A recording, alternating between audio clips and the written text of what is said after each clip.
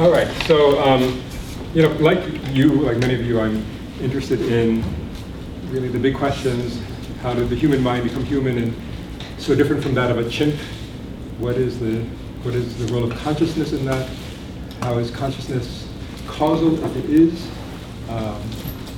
Do we have free will? How can mental events come to be at all? What is the neural code that leads to mental events and consciousness in particular? So part of that is an interest in free will. And for me personally, all these issues come together with the topic of volitional attention. It is that, well, it's called volitional attention or endogenous attention. It is a kind of operation, not a thing, so it's a process that our brains carry out, and it's volitional. So right there's a link between volition and attention. And there's also a very deep link between volitional attention and consciousness. And by consciousness, I mean subjective experience, or just experience. The seeing of redness, the feeling of pain. And consciousness, I would argue, is the domain of information that your volitional attention is either operating on now or could operate in the next moment. So it's this special class of information your brain is processing that your volitional attentional operator can operate on. So consciousness and free will and attention are integrally linked. If you want to understand any of those things, you're going to have to understand the other two. So today I'm going to focus on some experiments I did with some great colleagues. Here we have Scotty Alexander on the left and Alex Schlegel on the right. They're both coming to California soon. Scotty's already at Davis and now a grad student. He was my RA, the best RA I ever had. Brilliant. And Alex, a grad student graduating this June, and they did all the work. So everything, all the credit should go to them. And then there were other people, Talia, Adina, and Walter. Talia is a cognitive neuroscientist like me. She probably adheres more to the illusionist perspective than I do. I'm kind of an anti-illusionist. And then Adina, who will be here later this spring, and Walter Sinat Armstrong, who are philosophers. So this was a very close integration of philosophy and cognitive neuroscience, supported by Al Mealy's Big Questions in Free Will grant from the Templeton Foundation. So I'm grateful to both of them too for making this work possible. All right, so the work I'm going to describe today, produced by our group over the past 3 or 4 years, was published in this chapter, which you can get from Hera. I sent it to her. So I'll be going through the experiments from this chapter one by one. There's 5 experiments, and so I'll refer to them in the talk. And if you want this, just email Carolyn or me, and I can send you the chapter. All right, so illusionism. This is a term come up with by Eddie Nahmias, who is a philosopher, to refer to the notion that free will is an illusion. That there's, it has different meanings, but I think the central meaning is that your conscious feeling of being the cause of a subsequent action is in fact the cause of that action. Illusionism is the view that that feeling of causation, that experience of you being the cause of what you're doing is an illusion. That is not the cause of the subsequent action. So there's lots and lots of philosophers who take this point of view. This is just one example of a book that came out with that perspective. But there's other philosophers, like Al Mealy, who take the opposite point of view, or Eddie Nahmias, who are trying to confront that. So this is a big debate within philosophy now itself. It's also a debate within cognitive neuroscience. So there are lots and lots of articles and even books making the point that free will is an illusion, that your consciousness is not causal of subsequent actions, and certainly not the subset of your consciousness, which is your feelings of volition.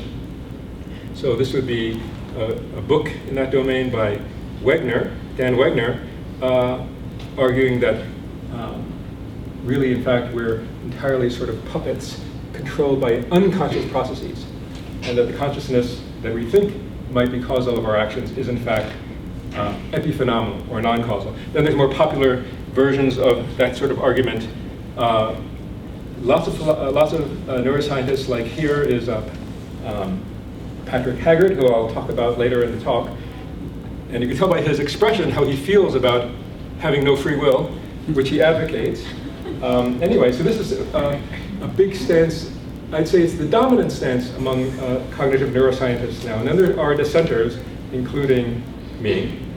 Most of the arguments for illusionism, or that free will is an illusion, are based on two classes of experiments: the Libet experiments and the Wegner experiments. And I'll talk today only about the Libet experiments. And maybe in the question and answer period, I can talk about the Wegner experiments a little bit and how to deal with those.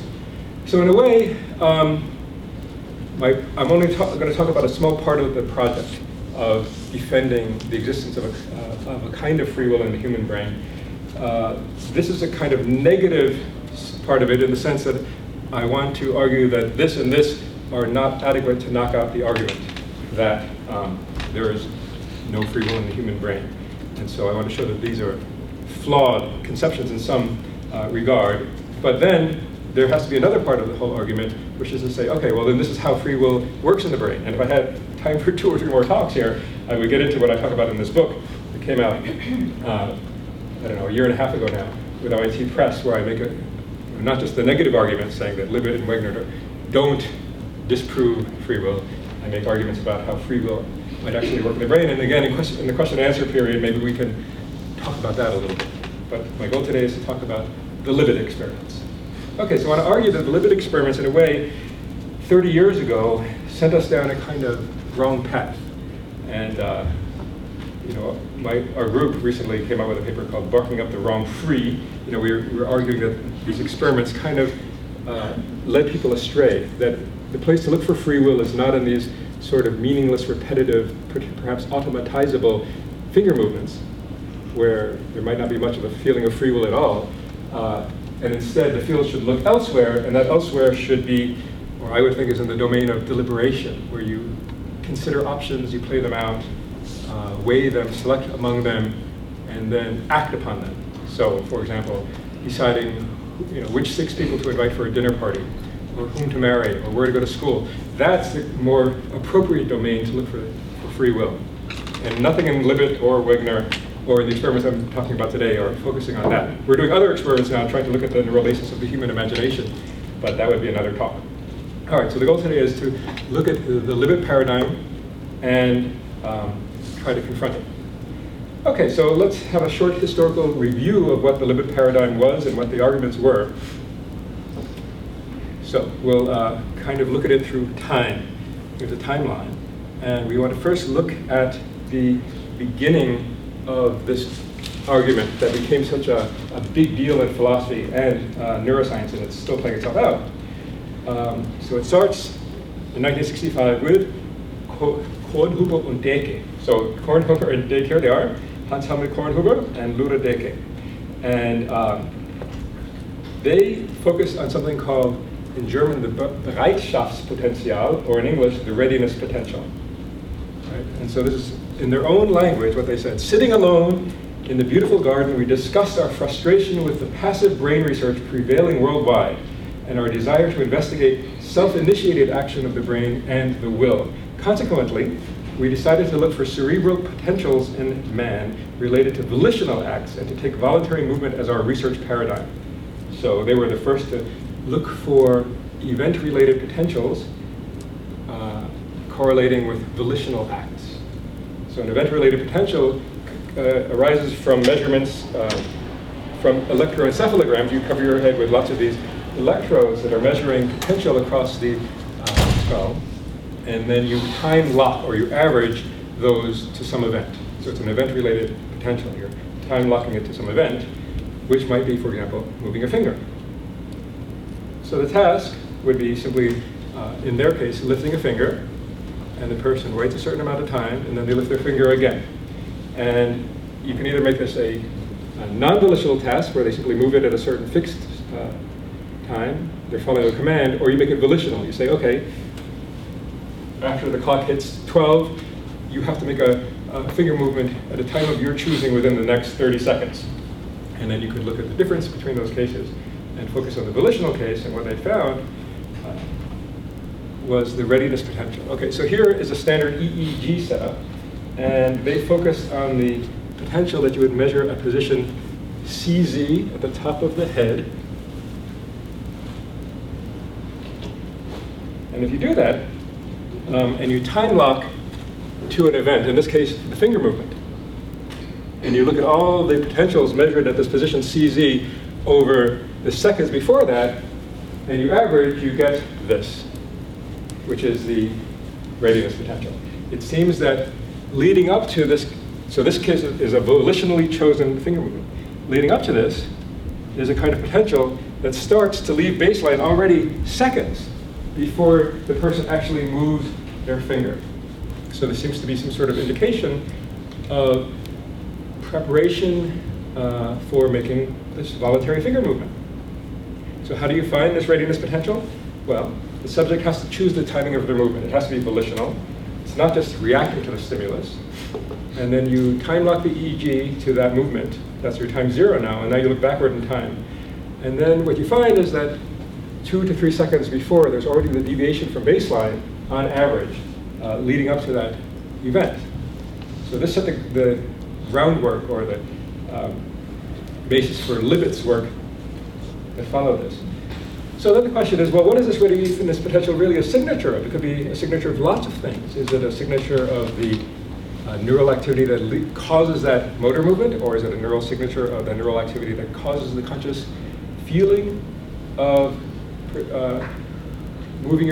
being about to move your finger, or what? So trying to get at that, Libet started trying to nail it down more precisely. So in addition to the readiness potential, which is measured at CZ, you can measure the difference between potentials at positions C3 and C4, which lie right over the motor strip, or M1. And if you do that, you find that there's basically a greater activation over the contralateral motor strip relative to the ipsilateral. So if I'm moving, say, this finger, I'd have a stronger activation here, and if this finger, I'd have a stronger activation here. So you look at the difference between them, and you get what's called the lateralized readiness potential. So this talk will emphasize, was really asking the question, what are the readiness potential and the lateralized readiness potential indicative of? All right, so Libet built on this work of the readiness potential by adding this observation that having people make judgments about when they first felt that they would be moving their finger. So I'm sitting there, I'm a subject, I've got this thing on my head, and my instructions are to move my finger at will, and I do move my finger at will, but then I have to look at a certain kind of clock and say, I first felt that I was going to move my finger, or I had the urge to move my finger at this time on the clock. And that typically precedes the motor act, moving your finger, by a little bit, but not as much. Right? So this precedes this by a few hundred milliseconds, but the readiness potential precedes both W, the urge or feeling of being about to move, this conscious experience of being about to move or willing to move, and time 0, which is the actual flexion of your finger. All right. So Libet finds that the readiness potential precedes the time of your conscious willing. Okay, so here's the paradigm. Right?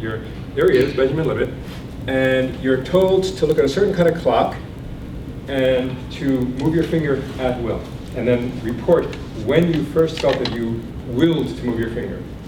So here's the paradigm. You have the kind of clock, you're fixated in the center, and let's say the clock, it has to go through one cycle, and then after the first cycle, you're told to move your finger at will at a time of your own choosing, and then after the trial, you have to say, and I first had the conscious will to move it at, say, 3 o'clock or 4 o'clock.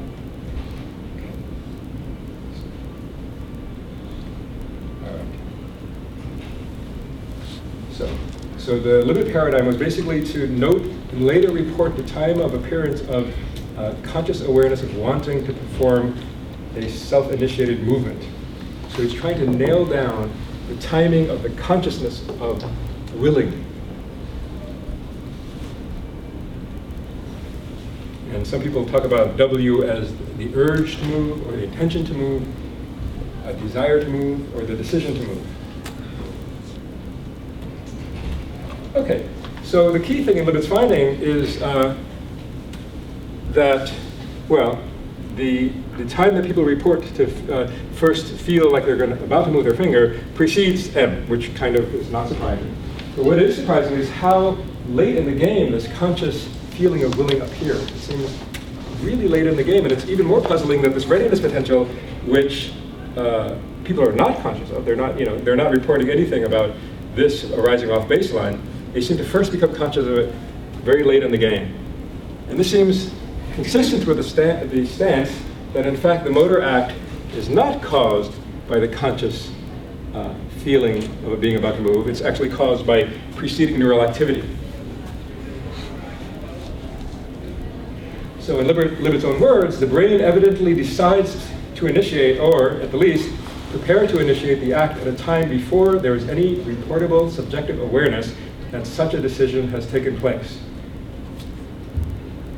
So how do you interpret this? Well, it's consistent with different sorts of theories. One question is, well, is the timing of the first deviation of your readiness potential from baseline, is that somehow linked to M, or is it linked to W? What is this actually indicative of? What does this gradual rise over time, over seconds, actually indicate?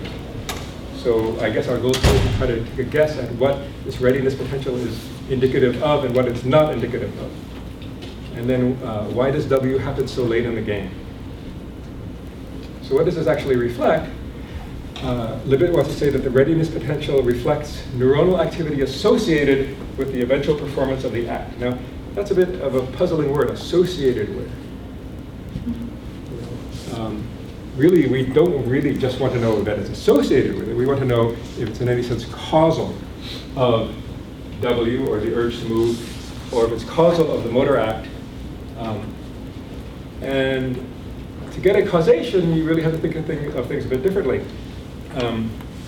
So two things can be associated, but they might not have a causal link. So for example, a rooster cockle-doodle-dooing, crowing at, just before dawn always precedes dawn, but it's not causal of the sun rising or dawn, right? So you can have something that's always preceding something else, but it doesn't cause it. And more modern conceptions of causation look at manipulations or interventions. So if I kill the rooster, does the sun not come up? No, the sun still comes up. Okay, well then I can infer that the rooster was not the cause, or not a cause, of the sun coming up. So this is the kind of thing we want to do. We want to manipulate factors that will allow us to have consequences which will allow us to then infer that something is causal of a motor act or not. All right.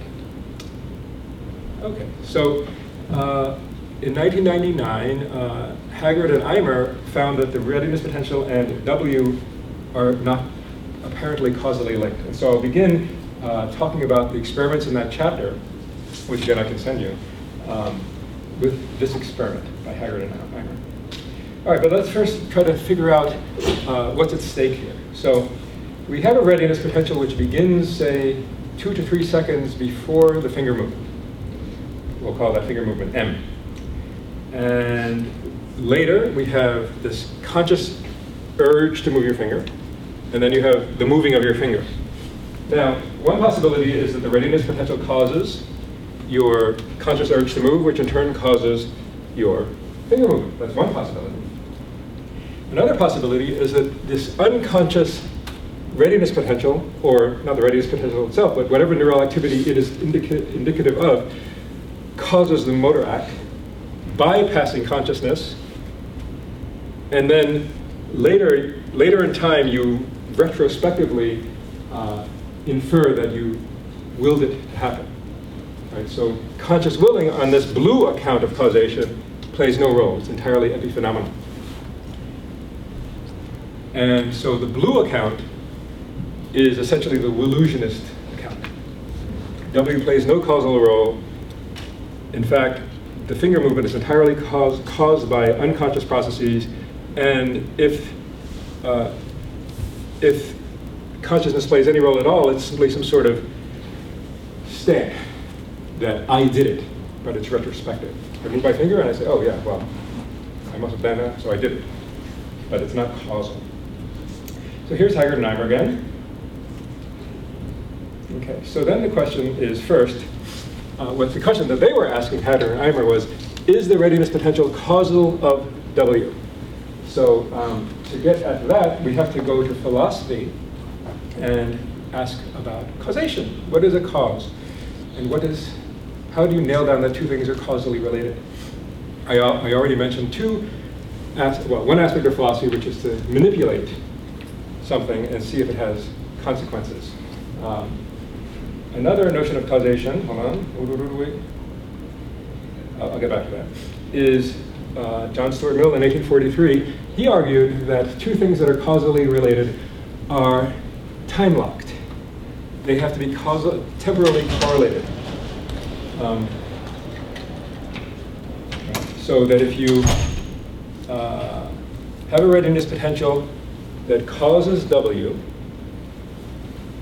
there's going to be a certain time between them. But if the readiness potential were to begin a bit earlier, say here, then W would also have to be time locked to that. They have to be correlated in time. There would be some slop, but they have to be kind of correlated. That's a philosophical notion of causation. I think that that's actually not quite right, but let's stick with that for now. All right, so let me just jump back to this. Right, so one question is, where does this feeling of willing come from at all?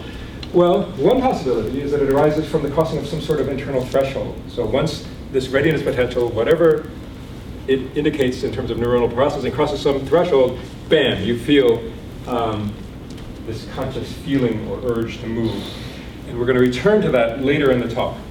Another would be that you cross some threshold, and then you have to be above that threshold for some duration, and then you would feel this conscious feeling of life. All right.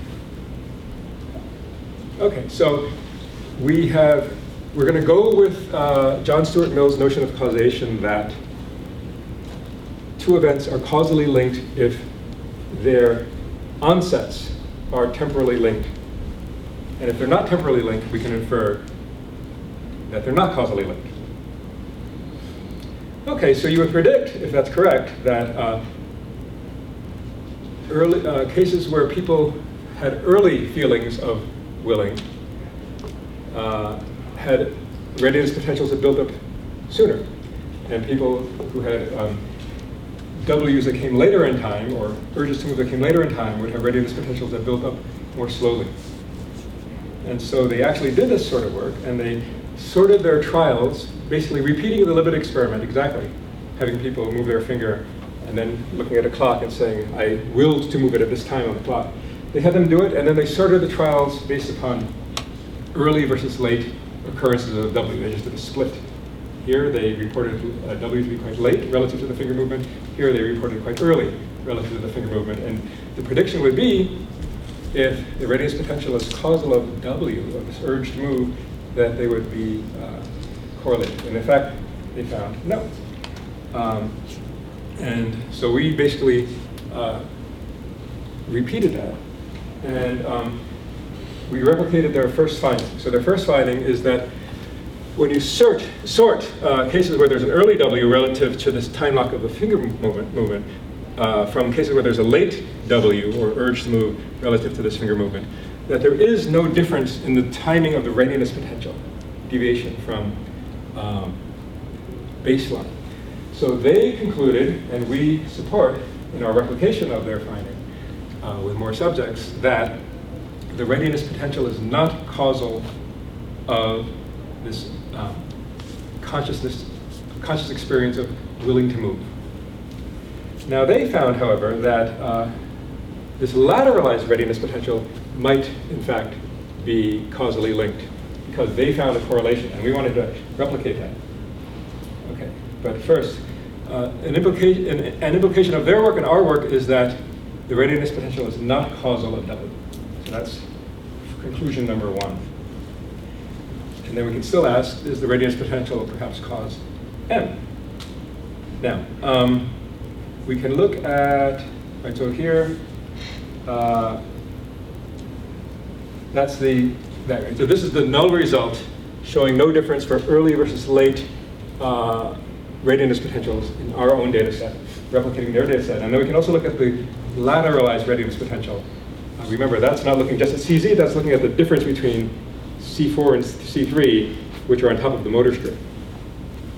And in that case, again, we find, unlike them, no difference. No, it's not statistically different with many more subjects. The lateralized readiness potential between cases where there's an early feeling of willing to move versus a late feeling of willing to move. Okay, and here's some individual subject data, just to give you a sense of what that might be like. Okay, so let's kind of walk through the conclusions one by one. This first conclusion from our experiment 1 in the chapter asks the question, does the readiness potential cause this conscious feeling of willing? No. Does the lateralized readiness potential cause this feeling of willing to move your finger?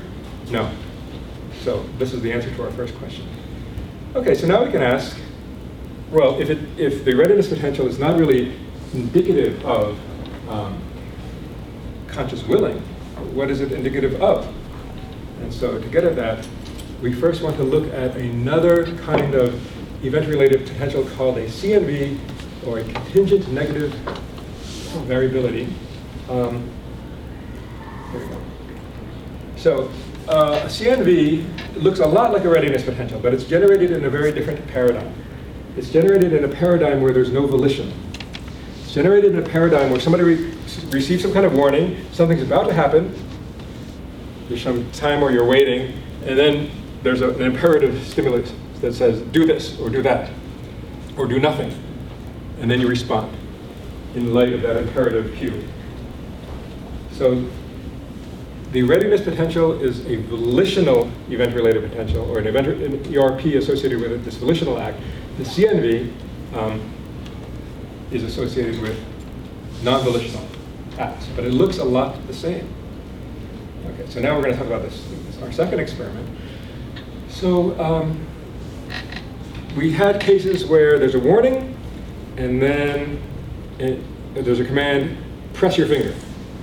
So that'll be the 100% case, you have to press your finger on some button. Then there was a case where you only had to press it half the time. There'd be a warning, get ready, and then it would either be, say, green, press the button, or red, don't press the button. And then there'd be another case where the warning would happen, and then you had to predict, without pressing any button, what the cue would be.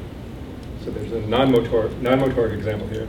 And then another case where you have to do a mental operation. So these are 4 variants of the same experiment. The cue comes on and says, get ready. And then if the number is green, you add it to the last number. And if it's red, you subtract it from the last number. So you're just doing all this in your head. So these are non-motoric, these are motoric. So the experiment basically unfolded like this. You get a kind of, you're basically getting ready, and then you get a warning. In this case, the letters started to turn yellow. They started out blue, and they're changing letters, and then they're slowly turning yellow. And when they turn yellow, boom, you get the imperative command. In this case, it might be a green G, which means go, and press your finger. Okay, so this is a little complicated, but let me try to walk you through this. These are not readiness potentials, remember, these are CNVs associated with this non-volitional command, where you simply follow orders. Okay, so how do we unpack this? Well, let's start here. So these are cases where you're cued, you're told, get ready, get set, go. But there was another set of cases where there was no warning, and the letter simply turned green, and you had to press it. So if there's a warning, you get this CNV building up, and then you get the command, boom, and you respond. But if there's no warning, you don't get this buildup. But if you get a command, a warning, get ready to move, whether you end up moving or not, so this would be 50% of the time you have to move, 50% you don't have to move. Regardless of whether you have to move or not, upon the appearance of the command, you get this very nice CNV. Now these two pictures here are the LRPs, or the lateralized readiness potentials. And here, this is the case where you got a warning, and the yellow one is where you had to move. Boom. And the pink one is where the command then said, don't move, and you didn't move. Now you'll see that the LRP stays at baseline, and it only occurs if you have to move. So the LRP seems to be indicative of making a motor act. And as long as you make a motor act, whether you're prepared, if you have a warning to do so or not, these look identical. So basically, we think that the LRP is just an indication of some kind of command very late in the game at the level of the motor strip. It's almost like the command that leads to the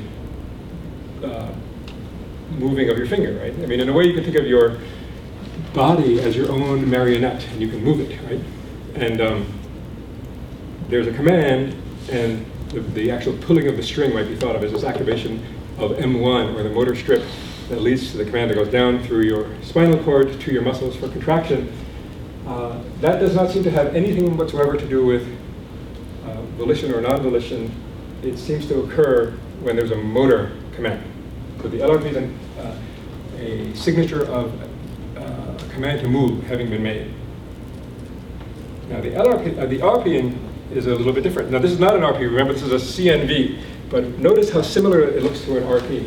So this would be an example, I think, where you have two fields. One that starts off with an examination of volition, another that looks at following orders, and they find two potentials that look very similar, and they give them different names. Now, that could mean that they're the same thing, but they have different names, or it could mean that there's some overlap between the two, or it could be that they're totally different processes. We have to figure that out. All right, so another variant involved 4 different tasks. So now there's a task that you have to basically, I'm sorry, these are the 4 tasks again. So these are the 4 tasks that we went through. And here, basically, you can see that you got, regardless of what the task was, of the 4 tasks that I mentioned, you get something that looks very much like a readiness potential. But remember, this is not a readiness potential, this is a CNV. So the CNV seems to vary in its magnitude. It seems to be strongest in the move case, less strong in the 50% move case, and weaker in these purely mental cases, but it's nonetheless, it has a similar form, and they're all significantly different from baseline. All right, so what does that mean? Well, we have these contingent negative variations that look a lot like readiness potentials, which occur even when there's no movement, and even when subjects are when they're not even preparing to act, they're simply preparing to carry out a mental operation like adding, or preparing to make a judgment about something. All right, so let's bring this back now from this other domain of non-volitional acts to volitional acts.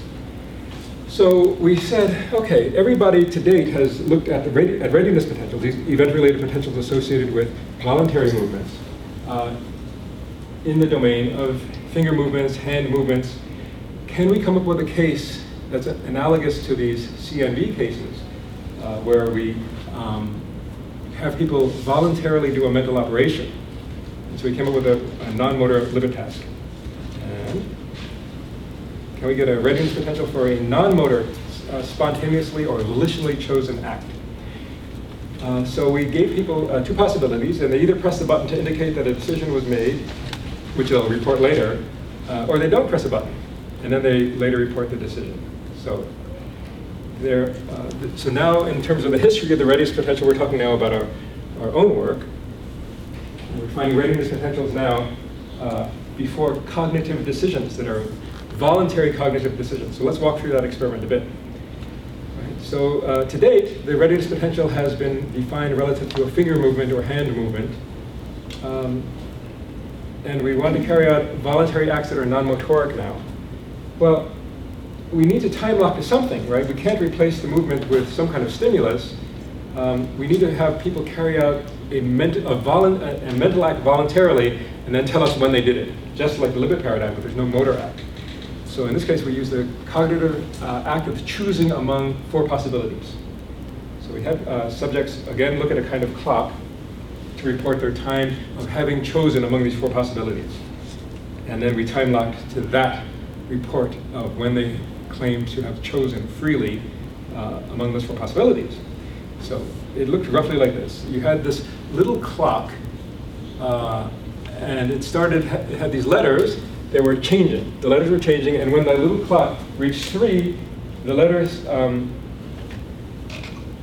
stopped changing, but they continued to change their color, and I'll show you an example of that. And then people have to choose one of the letters in this phase. They might choose this one, this one, this one, or this one, and then after they'll say, I chose that one, and I did it at that time. So it's just like the Libet paradigm, but now the volitional act is not moving a finger, it's an internal choice. So it looked roughly like this, it's small. So you'll see that the letters, they're fixating, and then the letters stop changing, the colors continue to change, and then their task is simply to choose one and tell us at what time they made their choice. I'll show that again. So you have to keep it small to make sure people are fixating. So now the letters stop changing, the colors continue to change, and then a person might say, oh, at 9 o'clock I choose Q, and they'll report that to us after the trial. So now we have something to time lock to, which is the reported moment of having chosen which letter. So we had two conditions where you choose a letter and you note the time. And the second condition where they had to decide and press a key. So we did this basically to make sure that our paradigm was just like the Libet paradigm. Right? We want to make sure that the readiness potential in this case looks just like what Libet found. But now, in half the trials, we're taking out the motor component, but keeping the volitional component. And the question is, does the readiness potential occur in this case, or is it, does it only occur in the preparation to move, motorically move? So I'm sorry. So now so we can either time lock all the data to the movement. So in the movement trials, we can time lock to the movement. And we do that, and we get a very nice readiness potential, just like Libet. Or we can time lock the data on the trials where people made a free choice about which letter to report, but didn't move their finger. So now we're going to time lock not to a motor movement, because there was none in that case. We're going to time lock it to the decision time, where they say, oh, that was the time I chose at 9 o'clock the letter Q. So we call those decision aligned. And if you do that, the red and blue ones are when they have to, so there's two kinds of trials. One's where they have to decide a letter and tell you the time, and they press a button. That's the readiness potential for that case. And the red one is the case where they didn't actually press the button. And those two are not significantly different. So what does this mean? Well, motor processes may contribute to the readiness potential. I mean, you do note that there seems to be a non-significant difference between those two readiness potentials. However, the majority of the readiness potential seems to reflect neural processes that are not specific to the response domain. Yes, they do seem to occur in the domain of making or preparing to make a volitional choice, but it doesn't necessarily have to be a motoric domain. So what does this mean for Libet's finding? Well, this finding is consistent with Libet's interpretation of the readiness potential, that it precedes the conscious moment of choosing. But it's also consistent with a very different model of the readiness potential, which I'll get into more detail later, which, if that model turns out to be true, would imply that Libet's interpretation of the readiness potential is wrong. Okay, so I'll get into that later.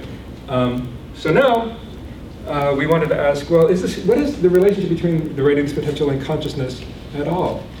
Right? So I said from philosophy we can learn that causation has to do with a time locking between, or correlation in the timing of a cause and an effect.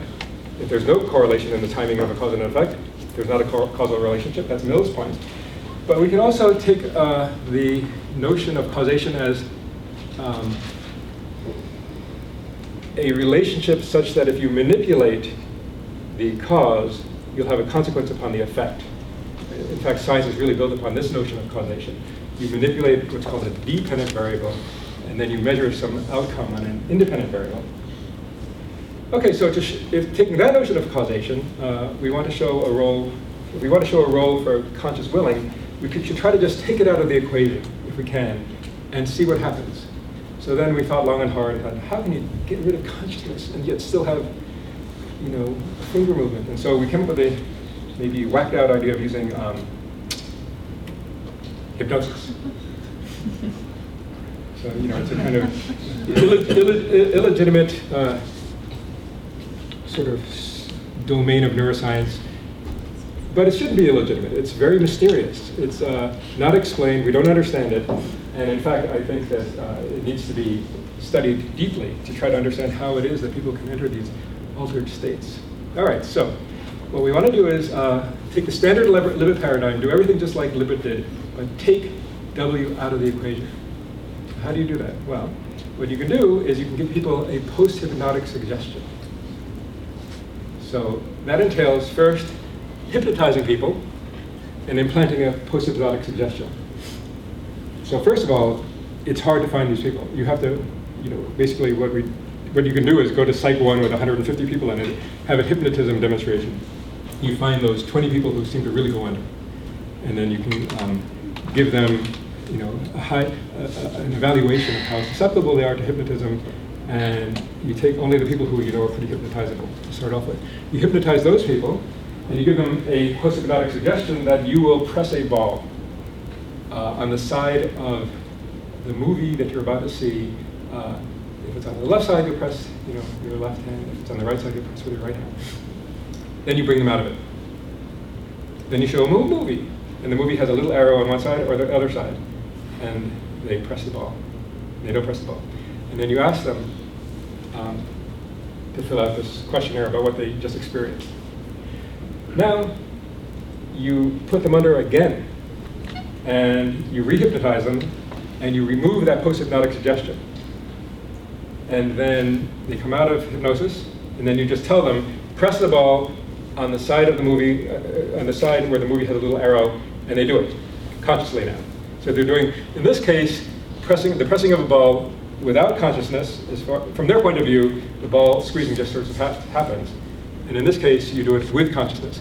Now, to make this all work, we had to give them a kind of cover story, where we told them we're testing this equipment, and you'll feel your hands sort of contract now and then, but just ignore that. It's just a calibration that happens on each trial.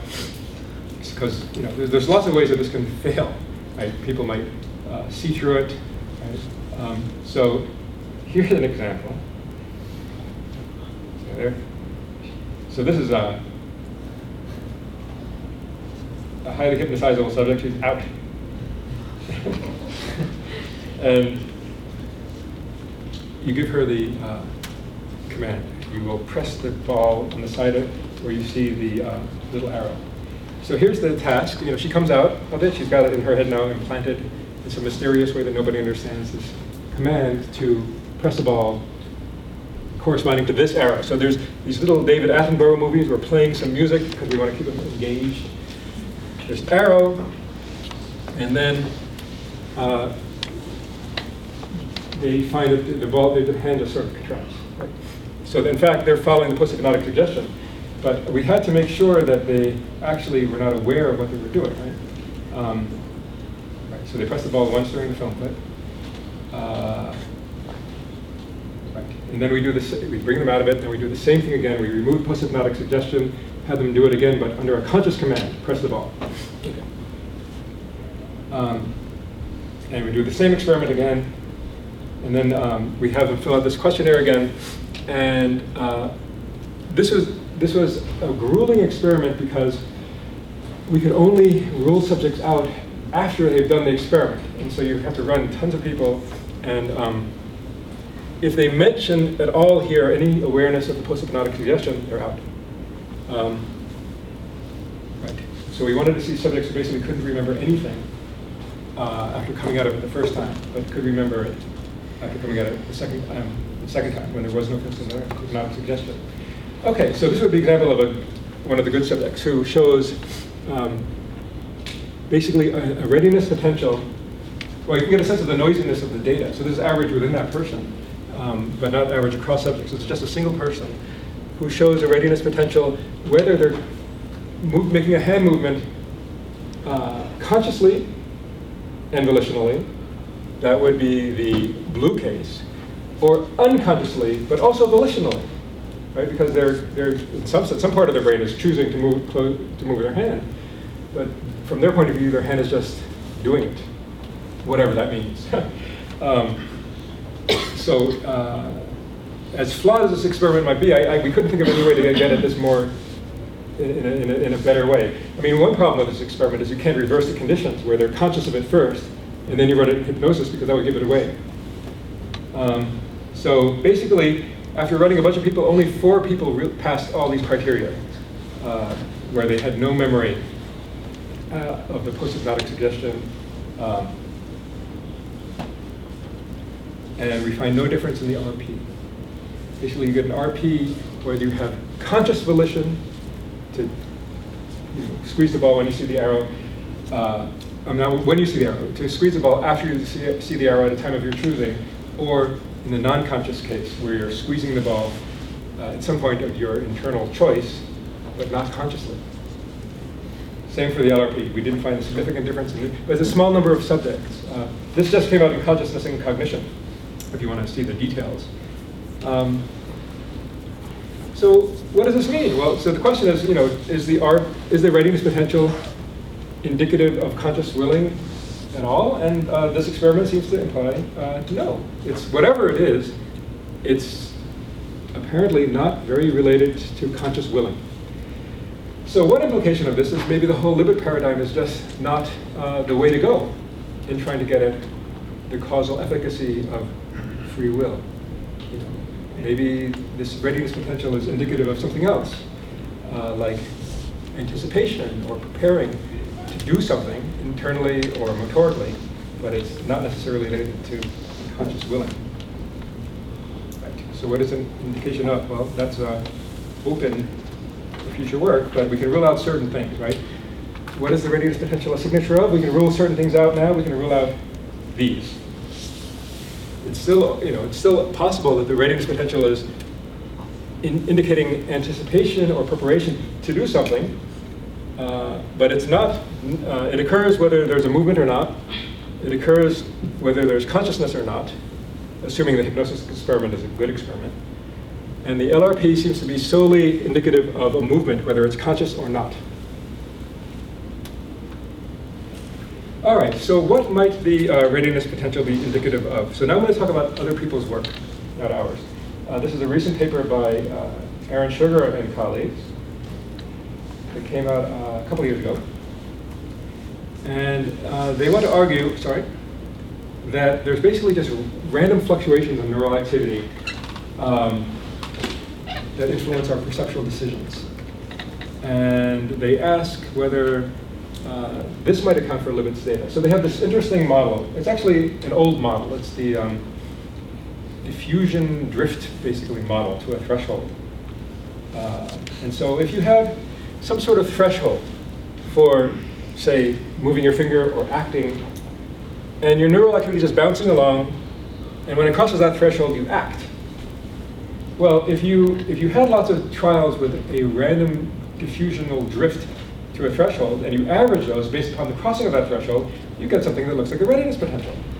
Right? And they added an urgency term to avoid people just drifting around randomly. So the model has some sort of maybe artificial components, but basically this is very similar to lots of other drift diffusion models that exist in other domains of psychology. It's sort of the simplest decision-making model you can think of, with just I guess 3 parameters. A sort of drift noise rate, a threshold, and maybe a velocity towards that threshold. Okay, so I'm going to skip that. Right, so basically you have a random process, you time lock it to the crossing of the threshold, right? And if you time lock it to that, what do you get? Well, it looks you can see that if you average all those, you're going to get something that looks just like the readiness potential. And they make a similar argument for the LRP. I'm going to skip that. But basically, that very simple model, I'm not saying it's right, but our data and even Libet's data is consistent with the possibility that that model is right. You would get something that looks just like that, and that would have basically nothing to do with conscious willing causing the motor act. Conscious willing in that case would be indicative of what? It would be indicative of having crossed this internal threshold. So if the sugar model is correct, there's a kind of random walk that would be the average of hundreds of trials of having a random walk, crossing that threshold. Here you cross the threshold. This is now the neural commitment to move now associated then with this feeling of willing.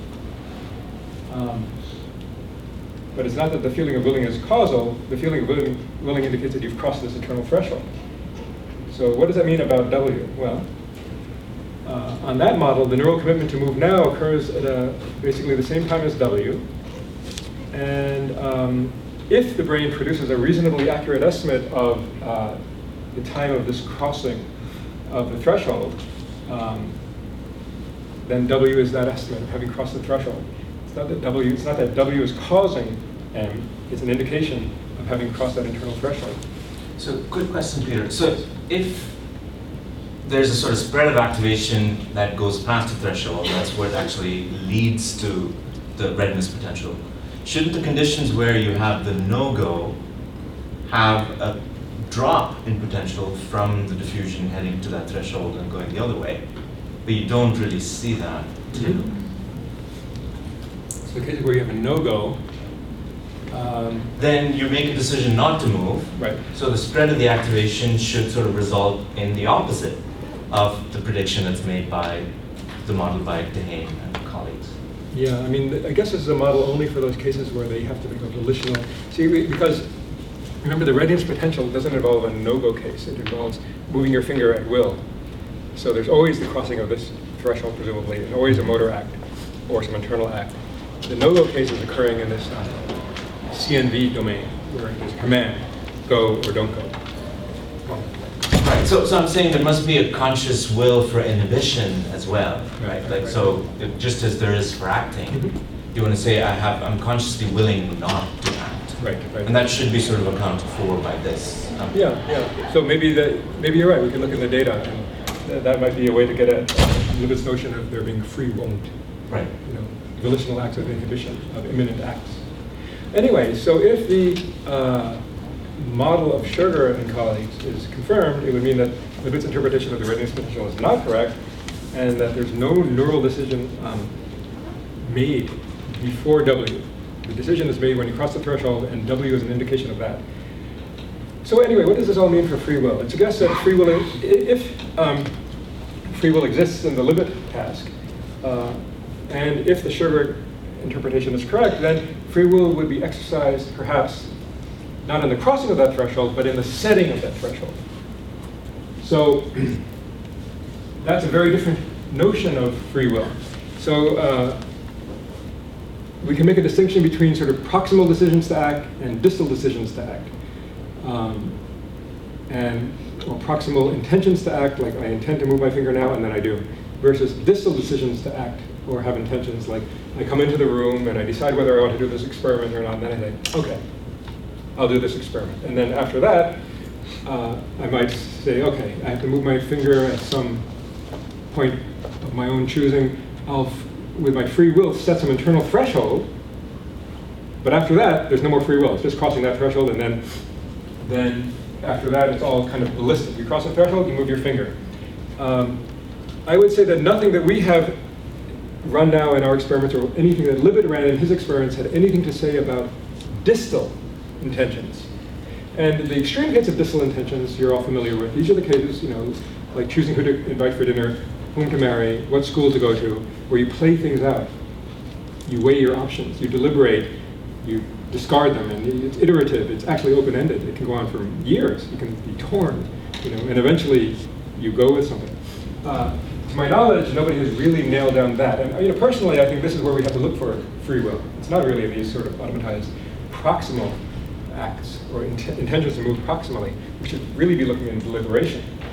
But one example of that here might be the setting of this internal threshold, if the sugar model is correct. All right, so the goal of these experiments was really, I think, to address the Libet experiments.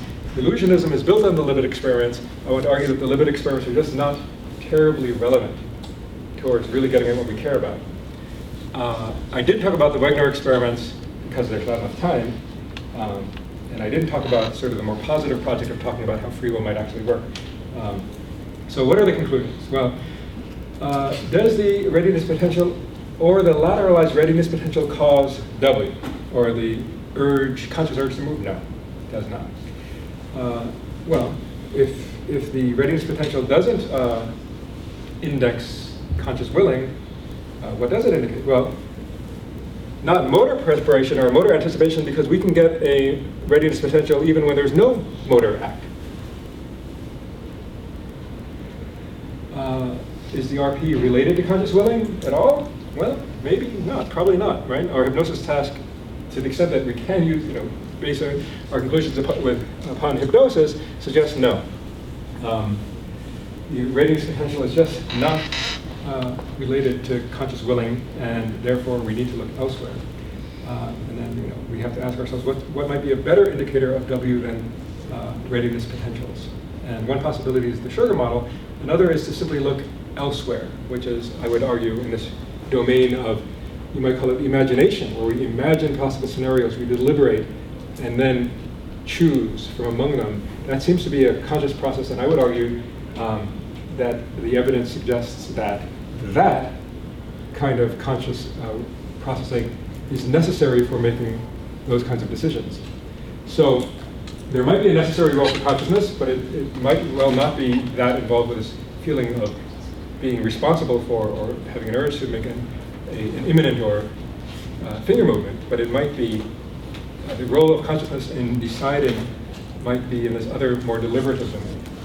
So I talk about this. What I talk about today is just one small chapter in this book that I wrote. And if I have more time, maybe in the discussion period, we can talk about other aspects of it. So thank you.